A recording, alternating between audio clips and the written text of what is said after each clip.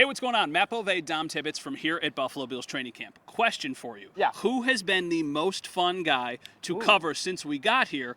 On three, we're both going to say it at the same time. All right. 1, 2, 3, Mack Hollins. Knew it. Knew it. Guys, he's a training camp sensation, and for a lot of good reasons, right? Number one, him and Josh Allen have such great chemistry already building in their first year together. But number two, his infectious attitude. I call it no shoes, cut shirt, no problem. It's infectious, and everybody wants to be a little bit more like Mack Hollins.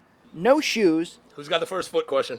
A cut shirt. I used to cut it like this because the ends will take longer to get wet than if I just had a full shirt. And no problems for Buffalo Bills wide receiver Mack Hollins so far through training camp. The no-shoe sensation is leaving quite the impression on his teammates, especially his quarterback, Josh Allen. I love Mack. He's one of the all-time greats. I've only been around him for a few months now, but the energy and the juice that he has, it's infectious towards his teammates.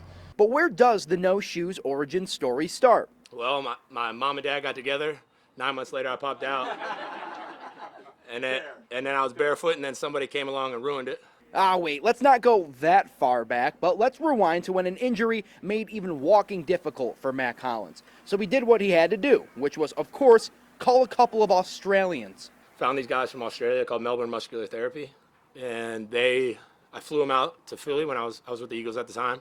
Flew them out, they showed up, no shoes on in Philly, and I'm like, what the hell are y'all doing? Same way y'all look at me, that's how I was looking at them. From that moment on, Mack only wears shoes when it's below 35 degrees, when it's wet outside, and cleats when he's playing. The Bills are Mack's fifth NFL team in his career. When asked why he's moved around the league despite being so universally liked throughout locker rooms, his response was fitting.